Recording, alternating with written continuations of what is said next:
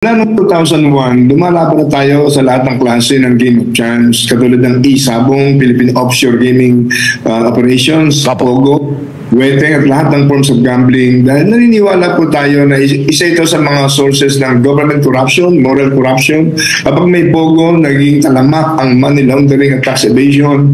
Kaya tayo po sa SIBAC ay nag-file tayo ng Regulation of Foreign Workers, House Bill 2292, para mapaalis ang mga illegal na nagtatrabaho dito sa bansa. At maging anti-Pogo bill, ito'y total ban, House 725, na permanenteng magbaba ng Pogo sino ba na nakupong presidente.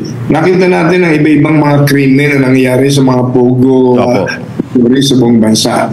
Yan ay napalathala sa media. No? Kaya panahon na upang magkaisang sambayanang Pilipino, lahat na nakasasama sa kapakanan ng ating mga mamamayan, lalo sa buhay ng mga kabataan, dapat na manindigan tayo at labanan.